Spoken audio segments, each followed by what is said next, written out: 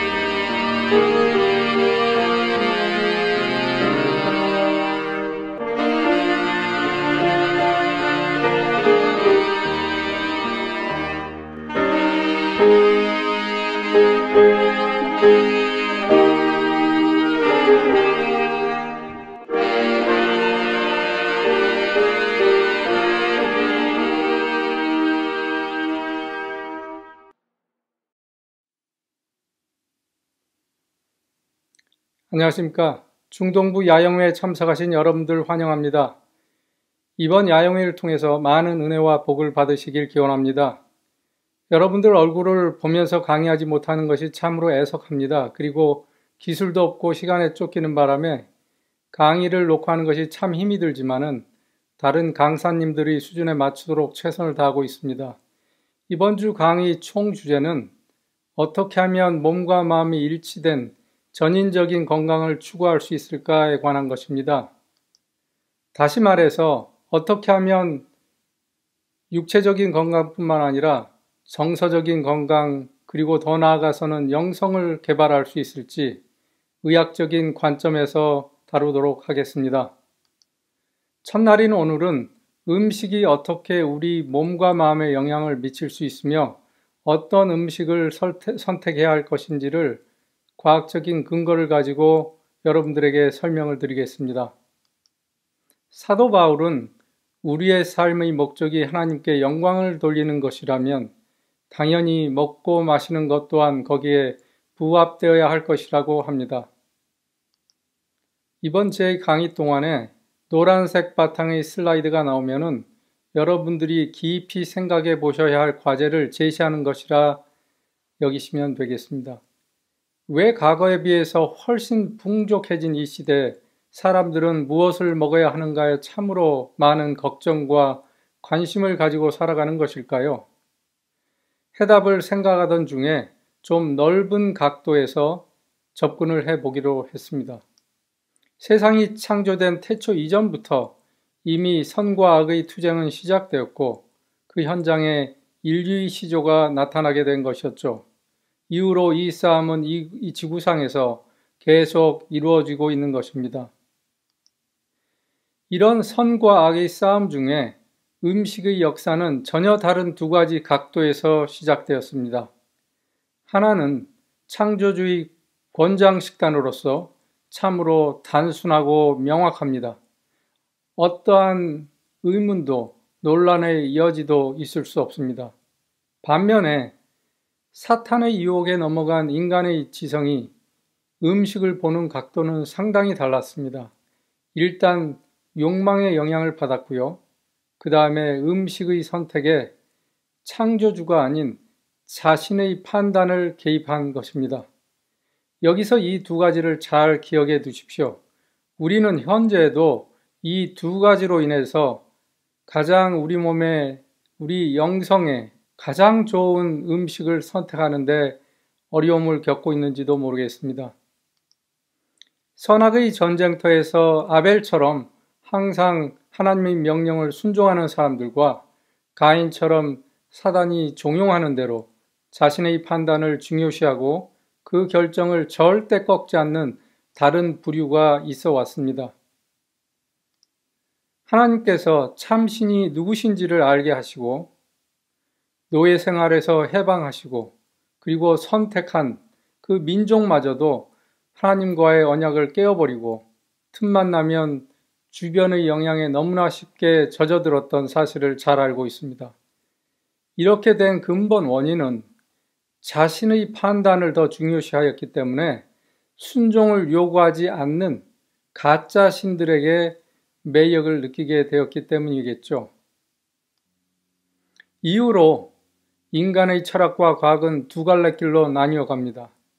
분명한 하나님의 약속을 고대하고 기다렸던 사람들에 의한 창조의 섭리를 이해하려는 과학이 있는가 하면 반면에 창조주를 부정하고 오로지 인간의 논리와 지성에 따라 만들어진 대부분의 과학이 이 세상에서 주류를 이루고 있습니다.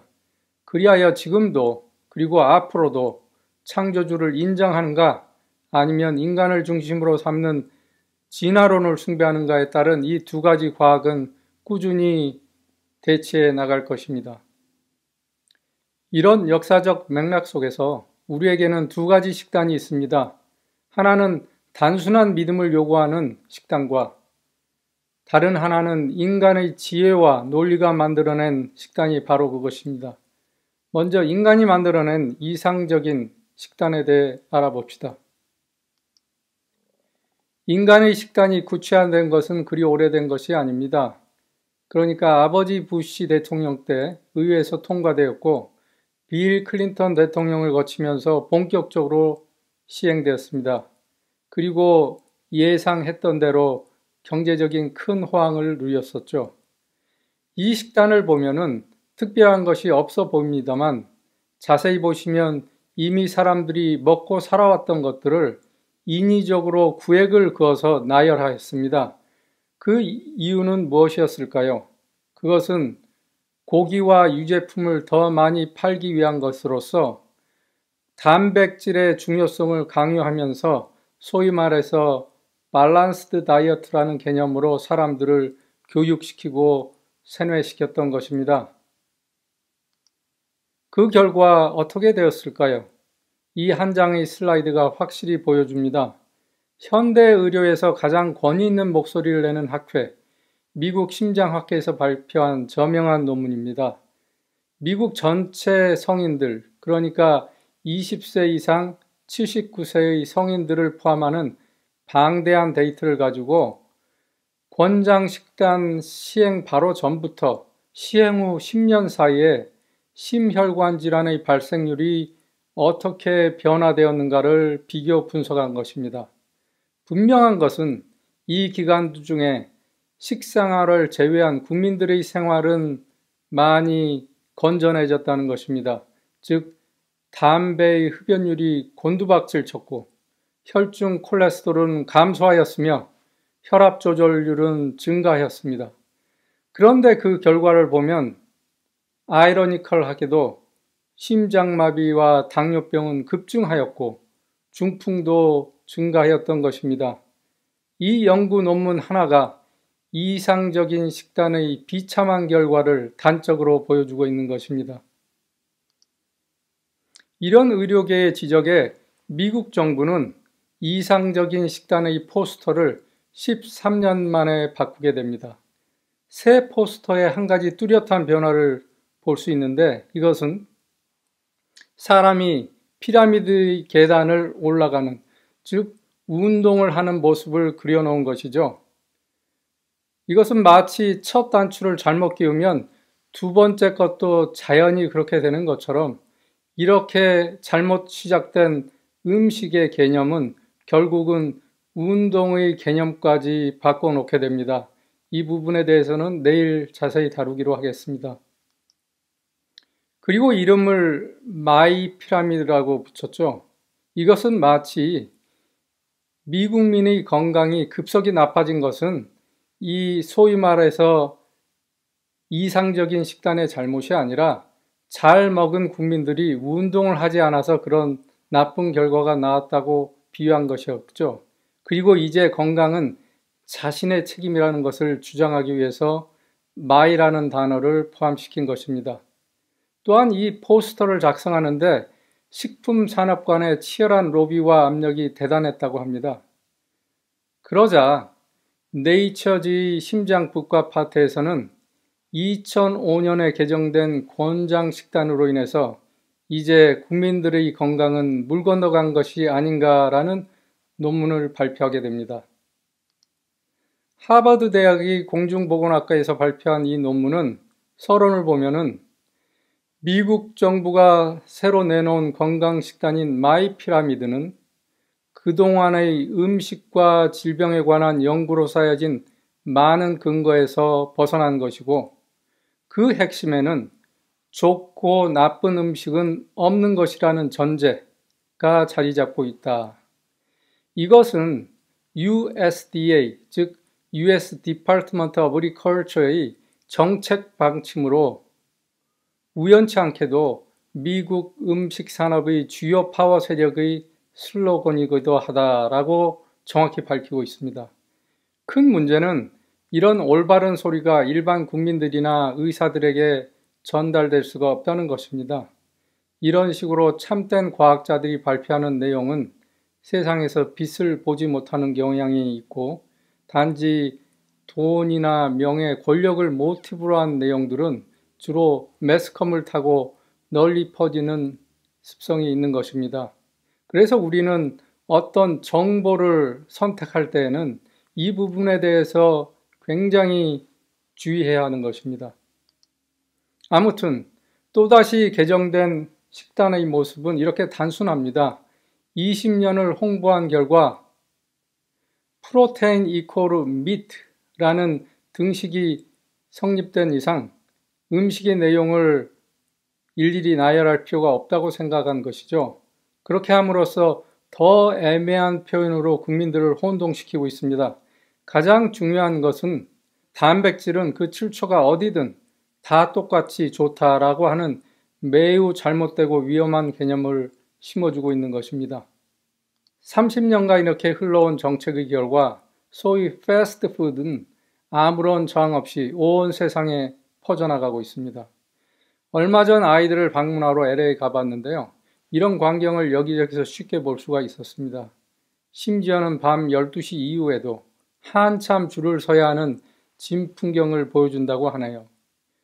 가슴이 아픈 것은 돈 있고 배운 사람들은 그래도 자제를 하겠지만은 그렇지 못한 대부분의 사람들은 앞으로 어떻게 될까요?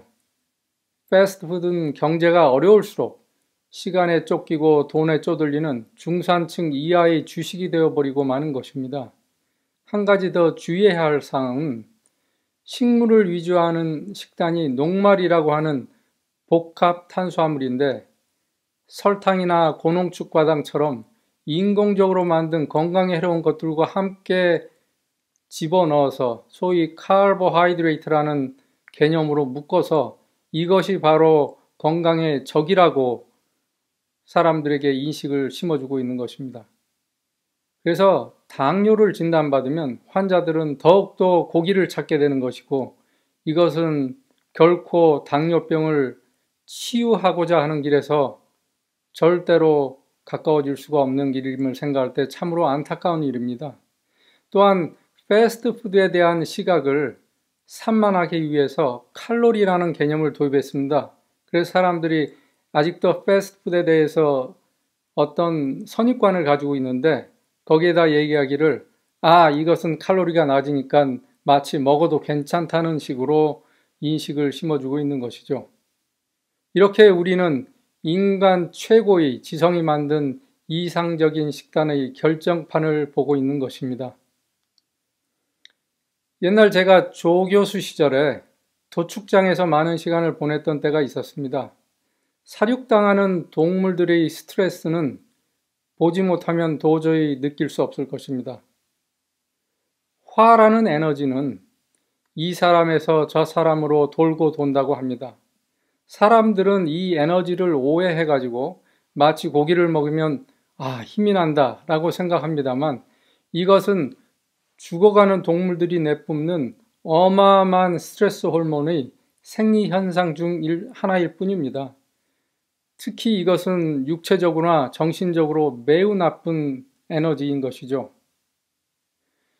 당시를 회상해 보면은 죽음의 문턱에 한 발 한 발 다가서는 이 동물들이 그야말로 주먹만한 눈물방울을 바닥에 떨어뜨리면서 가는 것을 보고 놀랐던 기억이 납니다. 또 한 가지 이상했던 점은 그런 공포스러운 상황 가운데서도 그리 소리내서 우는 동물은 없다는 것이었죠. 화이트부인은 도축장 가는 길을 잘 묘사하고 있는데요. 이런 신체 상황과 공포 속에서 사육당한 동물들의 시체는 그러므로 육체와 더불어 우리의 마음과 영성에 나쁜 영향을 주는 것은 당연한 것입니다. 동물들이 사람보다 훨씬 뛰어난 감각을 가지고 있다는 것은 여러분들 잘 아시죠? 그렇기 때문에 화인 부인께서도 지적하셨듯이 이런 감각을 가지고 동료들에 대한 동정과 친절을 나타낸다고 표시하고 있는 것입니다. 예를 들면은 엘든 테일러의 What Does That Mean? 이라는 책을 보면은 이곳에서는 어떤 말이 죽어가고 있습니다. 그런데 놀랍게도 그 말이 마지막 숨을 거두자 다른 방에 있던 말들이 신음을 하고 괴로워한다는 그런 내용의 스토리가 나옵니다. 그래서 저는 이런 글들을 보면서 그때 소리 없이 울던 그 동물들이 생각났습니다.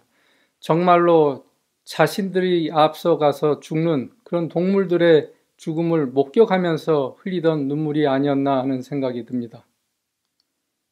결과적으로 사람들은 돈을 주고 화를 사먹는 꼴이 되는 셈이죠. 그 결과 얼마나 많은 사람들이 스트레스를 못 견뎌하고 우울증, 불안증에 시달리고 있습니까? 이 논문은 로마린다 대학에서 캘리포니아에 거주하는 재림교인들을 상대로 한 연구 논문으로서 질이 상당히 높은 것으로 평가되었던 것입니다. 야채와 더불어 가끔 고기도 먹는 혼식 그룹과 오로지 채식만 하는 비건 그룹으로 나누어서 그들에게서 설문조사나 인터뷰를 통해 가지고 우울감, 불안감 등을 정량적으로 조사해서 비교한 것이죠. 결과를 보면은 고기를 먹는 사람은 긴장도, 불안감, 우울감, 분노도 그리고 피로감 등이 고기를 전혀 안 먹는 사람들에 비해 유의하게 높았다는 결론입니다. 네, 그렇습니다. 화는 돌고 돕니다. 이런 에너지가 들어오게 된 사람은 어떻게 해서든 이 에너지는 발산될 것이고 자신도 모르게 자식들이나 배우자 등 다른 사람들에게 또 전달될 것입니다. 제가 강의를 시작하고 얼마 안 있다가 보게 된 클린턴 전 대통령에 대한 이 The New York Times 기사를 소개해 드리겠습니다. 그가 재임 시절 본격적으로 소위 이상적인 식단이 미국에서 시행되었다고 했죠. 그 자신이 아마도 피해자인지도 모르겠습니다. 그는 비만해졌고 결국 퇴임 후에는 불행하게도 심장마비로 몇 번의 죽을 고비를 겪게 됩니다. 2004년에 결국은 혈관 4개를 이식하는 관상동맥 우회수를 시행받았고요. 나중에는 또 재발한 심장마비로 2010년에는 2개의 스텐트를 삽입해야 했었던 것입니다. 그런데 그러던 그가 어느 날 24파운드의 몸무게를 빼고 건강을 되찾은 모습으로 나타난 것이죠. 기자들은 어떻게 된 영문인지 인터뷰를 했습니다. 그때 그가 소개한 것이 The China Study라는 책입니다. 그는 이 책을 읽고 우유도 끊고 모든 유제품을 끊고 채식으로 바꾸었다고 합니다. 자, 이런 얘기가 신문에 나오자 이 책은 갑자기 베스트셀러가 되었던 것이죠. 저도 이 책을 한번 사서 읽어보았습니다만 사실 여러분들에게 권하고 싶지는 않습니다. 왜냐하면 이 책은 재미가 별로 없어요. 원래 영양학자들이 논문을 쓰고 그 내용이 참 귀중하다고 생각돼서 일반인들도 읽을 수 있도록 책으로 편집해서 출간한 것이죠. 천문학적인 비용과 인력이 요구되는 이 프로젝트를 처음에 1980년대 초에 미국 의회에서 부결했습니다. 미국 땅에서는 이 스터디를 시행할 수 없다라는 결론이었죠. 왜 그랬을까요? 결국 옥스퍼드 대학과 코넬 대학은 중국으로 가서 중국의 예방의학자들과 함께 공동으로 조사를 시작했습니다. 그래서 1983년부터 시작해가지고 20년 동안, 무려 20년 동안 육식을 하는 사람과 채식을 하는 사람들을 대상으로 암이나 만성질환, 자가면역질환 또는 치매의 발생률을 비교했던 것이죠. 한마디로 결론은 육식을 하면 만성질환과 암이 훨씬 더 증가한다는 것이었죠. 그래서 더 뉴욕 타임스지는 이 프로젝트를 인류 역사상 가장 위대한 연구의 하나로 명칭하였던 것입니다. 또 다른 웹사이트는 식물을 주식으로 하는 홀푸드 다이어트의 필요성을 다룬 다큐멘터리 영화인데요. 여기에 보면은 양심 있는 학자들이 연구한 이러저러한 연구 논문들을 발표하고 있습니다. 그 키포인트는 포크를 사용하는 뭐예요?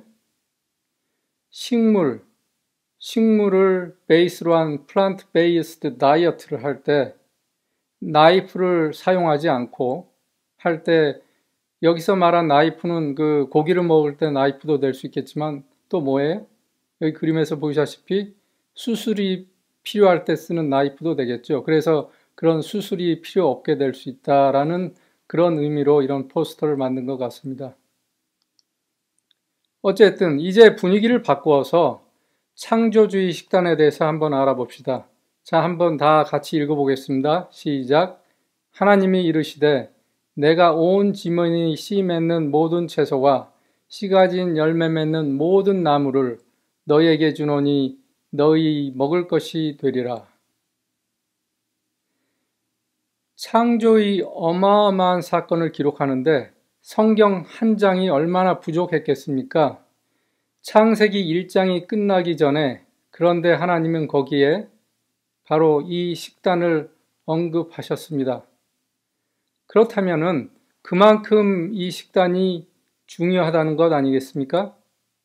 그러므로 현대에 살고 있는 우리조차도 지혜롭다면 그냥 묵묵히 단순히 이 식단을 따름으로써 그분께서 의도하신 대로 행복과 건강을 누리는 것이겠죠. 과학은 인간적인 다른 의도가 포함되지 않고 올바르게 이용될 때는 창조를 이해하는 데 도움을 줍니다. 유럽에서 시작된 이 거대한 연구는 아직도 진행 중이며 매년 많은 논문을 이렇게 발표해내고 있습니다. 유럽의 10개 나라에서 무려 52만 명 이상의 성인들을 대상으로 그들이 주로 무엇을 먹는지, 그리고 그들이 앞으로 살아가면서 어떤 병에 걸리는지를 조사하였는데요. 소위 말해서 음식물과 질병의 상관관계를 전향적으로 관찰한 엄청난 프로젝트인 것입니다. 자, 이 연구가 시작된 후 8년 반 만에 나온 논문 하나를 소개합니다. 과일이나 야채를 많이 먹을수록 심장마비로 사망하는 사람의 수가 줄어들 것이라는 것이죠. 여기서 잘 이해하셔야 할 것은 단순히 과일과 야채를 먹는 그룹과 고기를 먹는 그룹을 구분한 게 아니고요. 이건 보통 사람들 중에서 유독히 과일, 야채를 더 많이 먹는 사람들에 대한 얘기인데, 물론 그들은 고기도 먹는 사람을 포함한 것입니다. 여기서 우리가 캐치해야 될 키포인트는 비록 그 사람들이 고기를 먹었어도 과일과 야채를 더 먹었을 때 심장마비로 인해서 사망할 확률이 줄어든다는 것인데, 그 의미는 무엇일까요? 그 의미는 바로 이 식단에는, 창조주가 권유한 이 식단에는 치유제가 들어가 있다는 것입니다. 그래서 과일, 야채에는 병을 치유하거나 예방할 수 있는 인자가 들어가 있다. 이런 결론을 여러분들이 캐치하셔야 됩니다. 바로 그 치유, 예방인자가 식물들에서 계속 발견하고 있는 파이토케미칼이라는 물질들입니다. 2000년에 들어서 발표가 기하급수적으로 증가하였고 올해까지는 무려 13만 종이 발견됐다고 합니다. 제가 12년 전에 처음 건강 강의를 시작할 때는 850여 종이라고 얘기하면서 이렇게 많다고 그랬는데 이제 보니 13만여 종류라고 하니 우리가 과학이 발달할수록 이거를 알게 되는 것이지 이미 그 안에 있었던 것은 확실합니다. 여기서 보시는 바와 같이 이런 물질들은 외부 스트레스로 인한 어떤 그 세포의 손상, 그러니까 DNA가 손상돼서 일어나는 노화라든지 암이라는 것을 방지하는 역할을 한다고 그러죠. 또한 더 놀라운 것은 이런 각종 그 물질들이 과일이나 야채 색깔마다 다른 종류로 들어가 있다는 것입니다. 이 사실을 알게 되었을 때 얼마나 가슴이 찡했을까요? 이것을 만들어주신 그 창조주의 자상하심에 감격하지 않을 수가 없는 것입니다. 이 얘기는 뭐냐면 비록 우리에게 지식이 없어도 정보가 없어도 단순한 믿음으로 갖가지 종류의 색깔의 야채 과일을 골고루 먹는다면 누구에게나 공평한 혜택이 주어질 수 있다는 것입니다. 아직 정확한 작용과 기전은 확립되지 않았지만 밝혀진 바에 의하면 항암작용, 소염 또는 항염증작용, 그리고 항노화작용, 대사작용, 그리고 정서에 좋은 영향 등등 많이 계속해서 밝혀지고 있습니다. 대개는 신선한 상태에서 섭취할 때 최고로 흡수가 잘 된다고 하지만은 경우에 따라서는 예를 들면 토마토처럼 익혔을 때 더 잘 되는 경우도 있다고 합니다. 그렇기 때문에 이런 과일과 야채를 그 나름대로의 향과 맛을 유지하면서 어떻게 요리하는 것인지는 굉장히 중요하겠죠. 자세한 내용은 이번에 참석하신 훌륭한 강사님들을 통해서 잘 배우시기 바랍니다. 이런 각양각색의 곡류와 야채 과일들은 맛 역시 참 다양합니다. 그런데 잘 아시다시피 우리가 이런 음식을 오래 씹지 않고서는 이런 다양하고 진정한 맛을 느낄 수가 없습니다. 이유는 과학자들이 발견한 바에 의하면 이유는 오래 씹을 때 그 물질을 먹고 대사시키는 입안에 있는 세균들이 새로운 맛을 만들어주기 때문이라고 합니다. 그렇기 때문에 오래 씹을 필요가 없는 육식을 해오던 사람들이 갑자기 채식을 시작하게 되면 아무런 매력을 못 느낄 것은 당연할런지도 모르겠습니다. 그래서 우리가 그런 분들에게 채식을 권유할 때는 꼭 한 입에 30번 이상 최소한 씹도록 이해를 시키는 것은 중요하겠죠. 식물의 물질들 뿐만 아니라 우리 몸 안에 있는 세균들도 좀 아까 말씀드렸다시피 입안에 있는 세균들이 맛을 창조해낸다고 그랬죠. 우리 몸 안에 있는 세균들도 우리를 위해 존재한다는 그 개념을 이해하셔야 되기 때문에 이들이 어떻게 식물에 있는 물질과 세균들이 상호작용하는지 여기 몇 가지 예를 보여드리도록 하겠습니다. 잘 아시다시피 자연 속에 있는 항암제 중에 대표적인 것이 뭡니까? 소위 사포닌이라고 하는 것이죠. 사포닌은 어디에 많아요? 네, 홍삼에 있죠. 그래서 사람들에게 사포닌, 즉 홍삼을 먹게 한 다음에 피검사를 한번 해봤어요. 그랬는데 사포닌이 검출이 안 됩니다. 알고 보니 이 흡수된 사포닌은 장에 가가지고 몸속에 있는 어떤 이론 박테리아에 의해서 대사가 되고 거기서 나온 물질이 바로 항암작용이 있다는 것이 밝혀진 것이죠. 이처럼 우리 몸에 있는 세균과 외부에서 들어오는 치유인자들 간에는 상당한 공조 관계가 있습니다. 그래서 이들이 어떻게 협력해서 우리의 생리작용을 조절하는지 또 한 가지 더 예를 보여드리도록 하겠습니다. 이 논문은 장내 세균과 파이토케미칼이 어떻게 비만을 예방할 수 있는지를 설명하고 있는데요.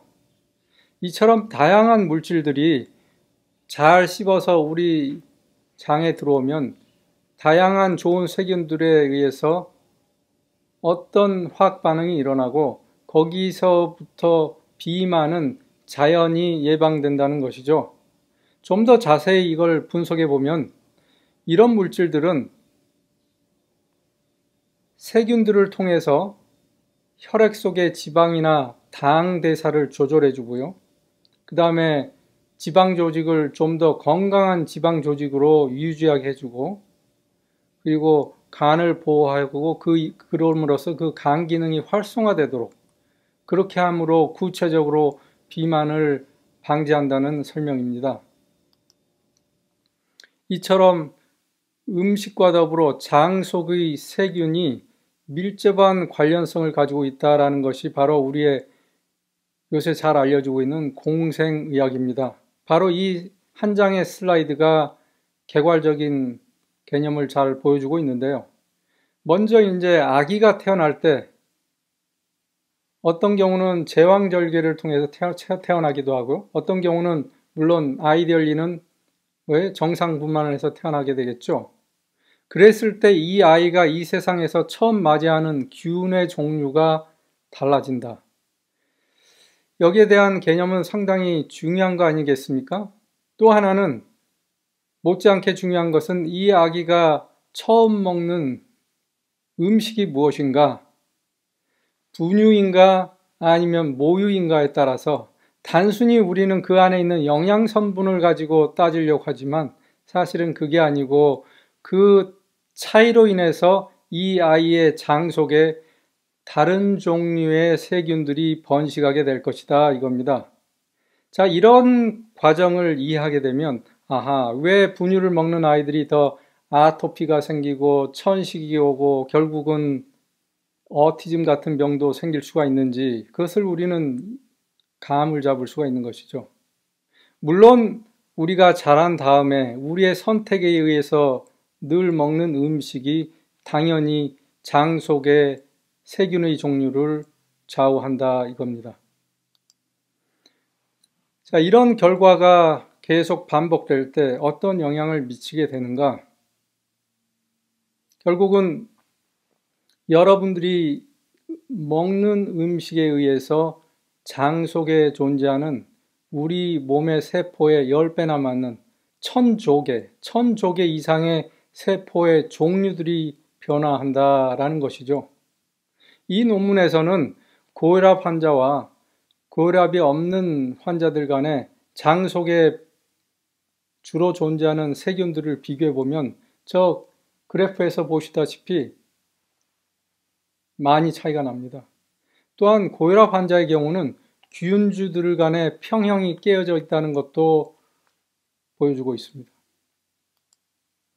저명한 과학 잡지 네이처지에서도 2016년도에 들어서 장내 세균이 요새 많은 그 성인형 당뇨병의 근본 원인이 되는 소위 인슐린 저항성, 인슐린이 작용을 못해가지고 몸에서 인슐린은 자꾸 만들어내는데 인슐린의 작용은 뭡니까? 피 속에 있는 혈당을 세포 속으로 넣어줘서 그 세포 안에서 모든 신진대사가 잘 일어나도록 하는 거 아니겠어요? 근데 그게 안 되니까는 결국은 혈당은 올라가는 것인데 이런 기전에 깊이 관련되어 있다라는 것이죠. 또한 이 논문에서 주장하는 바는 비만, 특히 건강에 1번적인 그 복부 비만을 단순히 아까 제가 설명드렸죠. 이 칼로리 개념으로 많이 먹었으니 많이 운동해야 된다라는 이런 개념으로 어프로치하기 때문에 비만 환자들이 늘 실패를 보고 있는 것입니다. 여기에서는 어떻게 얘기하고 있냐면 결론은 좋은 균을 우리 몸에 상주하게 함으로 자연스럽게 신진대사가 활성화되고 비만은 해결될 수 있다라는 내용입니다. 또한 이 논문에서는 우리에게 잘 알려진 그 두 가지 좋은 균이죠. 락토바실러스라고 하는 균하고 비피도박테리아, 비피도바이러스 또는 이 두 가지 세균이 주로 이제 여러분들이 약국에서 사 먹을 수 있는 프로바이오틱스라고 하는 유산균 제제 캡슐에 많이 들어있는 균들인데요. 이것들을 이제 의사들은 어쩌면은 과민성 대장 증후군에 좋다 해서 환자들에게 늘 상용을 권장하기도 하죠. 그런데 이 논문에서는 우울증 환자들을 보면은 장 속에 이런 좋은 균들의 분포가 상당히 감소되어 있다는 것을 확인하고 있습니다. 자, 이것을 보시고 여러분들은 한쪽에서 무슨 생각을 해요? 아하, 그럼 내가 이제 이 유산균 제제를 약국에서 많이 사다가 매일 먹어야 되겠다. 사실은 이런 생각은 마치 바닷물에다가 매일 물 한 바가지를 넣으면 바닷물의 수위가 올라갈 것이다라는 생각과 비슷한 것입니다. 우리 몸에 있는 수천 조개의, 천조개의 좋은 세포들이, 세균들이 당연히 좋은 음식을 먹으면 이들이 번식하는데 얼마나 많이 번식하겠습니까? 이게 바로 정답입니다. 자, 이와 같은 그 공생의 개념, 우리의 건강에 지극히 중요한 영향을 주는 세균, 이런 세균들에 의해서 우리는 살아가고 있다라는 공생의 개념은 우리가 어떤 마음가짐으로 이것을 이해하고 이걸 가지고 우리 생활에 적용하는가, 이게 중요하겠죠. 여러분들이 잘 아시는 이 우화를 제가 소개해 드리려고 합니다. 한 사람이 꿈속에서 이제 지옥에 가봤어요. 그랬더니 어떻게 돼 있어요? 사람들이 다 피접이 상고했고 가운데는 커다란 테이블이 있고 밥솥이 있는데도 아니 왜 사람들이 이렇게 말라 있는가? 그것을 봤더니 수저가요 너무 길어서 그 밥솥에서 밥은 풀 수 있는데 입으로 가져올 수가 없는 거죠. 그래서 밥은 자꾸 뒤로 날아가고 사람들은 더 배고파지고 더 악에 받쳐서 숟가락질을 하고 있더라는 것이죠. 그런데 이 사람이 천국에 가봤더니 어때요? 상황은 똑같은데, 조건은 똑같은데 거기에 있는 사람들은 여유가 있고 웃고 다 건강해 보였다 이거죠. 그 이유는 가운데 있는 밥솥에서 밥을 퍼서 건너편 사람들을 서로 먹이는 거예요. 바로 이게 공생의 개념입니다. 공생의 개념은 진화론의 사상과는 정반대죠. 진화론은 어떻게 해야 돼요? 좋은 거, 몸에 좋은 거, 내가 먹어야 된다라는 그런 생각이 바로 진화론적인 철학이에요. 내가 영양제를 많이 먹어가지고 이것으로 내가 건강에 살아야 되겠다. 사실 영양제가 건강에 아무런 소용이 없다라는 것은 이미 밝혀진 사실입니다. 물론 의학적인 이유가 있어서 처방을 받아 먹는 거에 대해서는 정확히 여러분들이 수능을 하셔야 되겠지만 말이죠.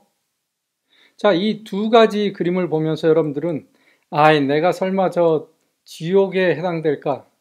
나의 사상에 저런 사상이 있을까라고 생각하실지 모르지만 사실 반대로 이 공생을 우리가 이 삶에서 실천한다는 건 그렇게 쉽지 않습니다.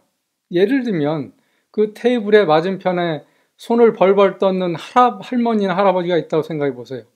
여러분들은 그 노인하고 이 쌍이 돼가지고 이렇게 서로 하고 싶겠어요? 그렇기 때문에 이런 공생의 생활이 이루어지기 위해서는 우리 마음속에 뭐가 있어야 되냐면 사랑과 희생의 정신이 항상 내재되어 있어야지 자연스럽게 일어나는 것입니다. 그래서 오늘 제가 여러분들에게 한 가지 이 권유를 하고 싶은 게 있는데, 우리가 하나님께 받은 이 채식을 할 때는 그냥 하는 게 아니죠. 어떻게 해야 되겠어요? 아까 말씀드린 대로 그 파이토케미칼이 어떻게 색깔별로 있다고 그랬죠? 그걸 골고루 잘 섞어서 매일매일 섭취하는 게 중요하겠고, 지금 말씀드리는 그 공생의 개념을 가지고 우리 입안에 있는 그리고 우리 장에 있는 세균들이 나를 위해서 그렇게 좋은 일을 하는구나. 그럼 여러분들은 어떻게 해야 되겠어요? 열심히 씹어서 삼켜야 되겠죠. 맛만 보고 그냥 삼키고 맛있는데 다시 젓가락이 가는 게 아니고 씹으면서 고맙다. 그래, 내가 이걸 씹어줄 테니 너희들도 잘 먹어라. 이런 마음이 중요하지 않겠습니까? 그리고 즐거운 마음으로 이 감사한 마음으로 이런 식단을 따르는 것이 좋겠습니다. 처음에 제가 여러분께 드렸던 그 질문이죠. 왜 현대인들은 무엇을 먹어야 하는지 그렇게 혼란스럽고 이리저리 방황을 하고 그러는지 그 이유를 생각해 보셨나요? 옛날 이스라엘 민족의 상황이나 현세 우리가 살고 있는 상황은 그리 다르지 않다고 생각을 하게 됐습니다. 우리 주변에서 일어나는 모든 철학은 사실은 진화론 사상에서 나오고 있습니다. 이 진화론 사상이라는 말은 쉽게 얘기하면 창조주는 존재하지 않는다라는 사상입니다. 그렇기 때문에 그런 철학에서 나온 너무나도 많은 과학의 주장과 정보가 얼마나 우리 주변에 넘쳐나는지 모릅니다. 우리도 모르게 그런 정보들을 주고 받고 그것을 마음속에 실천하려고 하는 경우도 없지 않아 있습니다. 그래서 이런 정보들을 자꾸 찾다 보면은 자기 자신도 모르게 하나님을 부정하는 거짓 논리에 넘어갈 수가 있는 것이죠. 소위 정보라는 이름으로 우리 곁에 있는 핸드폰에서 24시간 우리에게 계속 유혹을 하고 있는 것은 마치 이스라엘 민족이 가나안 땅에서 우상들에 둘러싸여서 살았던 것과 그리 다를 바가 없다고 생각이 됩니다. 그래서 이 시간을 통해서 이제 여러분들께서는 우리에게 더 이상의 정보는 필요 없다 라는 생각을 가지시고 깨닫게 되시기를 바랍니다. 자, 우리의 이런 상황에 우리와 같은 육신을 가지고 이 세상을 경험하신 예수님께서 어떻게 말씀하셨는지 한번 보겠습니다. 이 말씀의 키포인트는 먹을 것에 너무 연연해 하지 말라라는 것이죠. 왜요? 목숨이 음식보다 중요하지 않으냐. 이게 무슨 의미인가를 잘 생각하다가 영어 성경을 읽어보면은 이 뜻은 삶이라는 건 먹는 게 다가 아니다. 인생이란 먹는 것 위에 뭔가 더 있다라는 의미인 것을 알게 됩니다. 그 뭔가가 무엇인가? 답은 여러분들이 이 마태복음 6장 더 읽어 나가시면 33절에 나오게 됩니다. 아무튼 이 말씀을 통해서 이미 우리에게 주어진 창조주의 식단을 떠나서 인간의 지성으로 더 좋은 것을 찾으려는 노력을 하지 말라라는 예수님의 당부를 한번 잘 묵상하시기 바랍니다. 오늘의 강의를 요약하자면 인간의 최고 지성이 만들어낸 이상적인 식단의 돌이킬 수 없는 오류와 파급 효과는 참으로 처참합니다.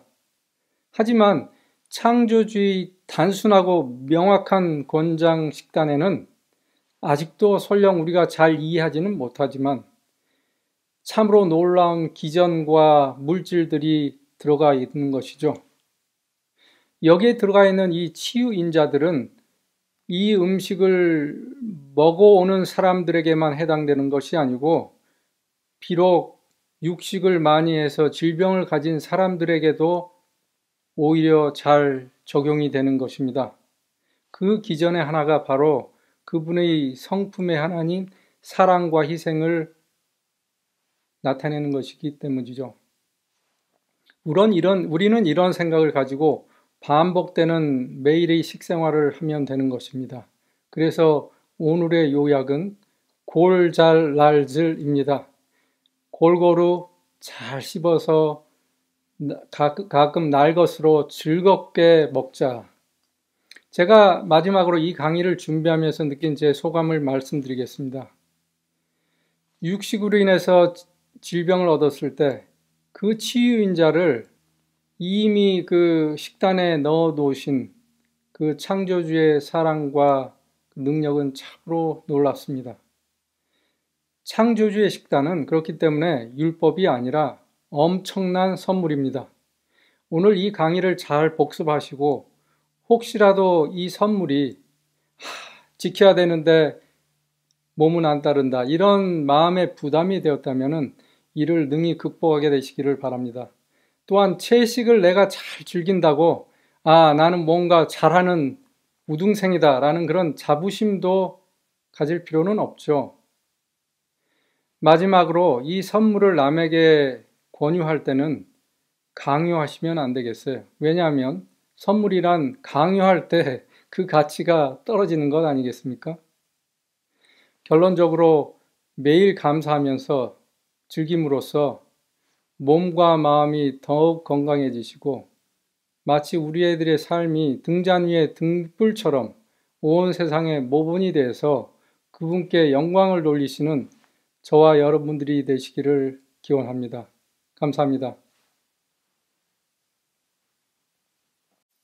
하늘에 계시는 사랑의 하나님, 저희들에게 이렇게 어마어마한 진리가 담겨있는 건강한 식단을 소개해 주셨사오니 감사드립니다. 저희가 단순한 믿음으로 하나님께서 주신 선물을 잘 받아서 우리 생활에 유용하게 매일매일 실행해 나갈 수 있도록 축복하여 주시옵소서. 혹시 이 자리에 마음이나 육신의 병이 있는 분이 있습니까? 하나님께서 주신 그 치유인자들을 통해서 다시 건강을 회복할 수 있도록 축복하여 주시옵소서. 그러므로 우리의 삶이 육체적으로, 정신적으로, 그리고 영적으로 성장함으로 이 모든 것을 통해서 하나님께 영광을 돌리는 그러한 삶이 될 수 있도록 저희들의 앞날을 축복하시고 인도하여 주시옵시기를 우리를 죄에서 구원하신 주 예수 그리스도의 이름으로 간절히 기도드립니다. 아멘.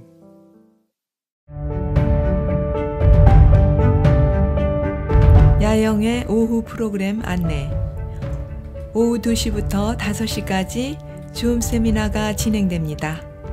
1교시는 조앤나 김 선교사의 하나님의 처방, 환란의 때를 대비한 15가지 약초라는 주제로 천연치료 강의가, 송주섭 강사의 퇴직, 조기 은퇴, 장애인 연금에 대한 사회복지 세미나가, 세 번째로 변종희 원장의 천생연분, 평생 원수라는 주제의 부부 세미나가 준비되어 있습니다. 2교시는 3시 30분부터 진행됩니다. 글로리아 배 팀장의 양념에 관한 지식과 채식의 기본인 샐러드 종류에 대한 건강요리, 36대 임봉순 교수의 주님과 함께라는 찬양을 배우는 은혜로운 찬양 나눔의 시간이 진행됩니다.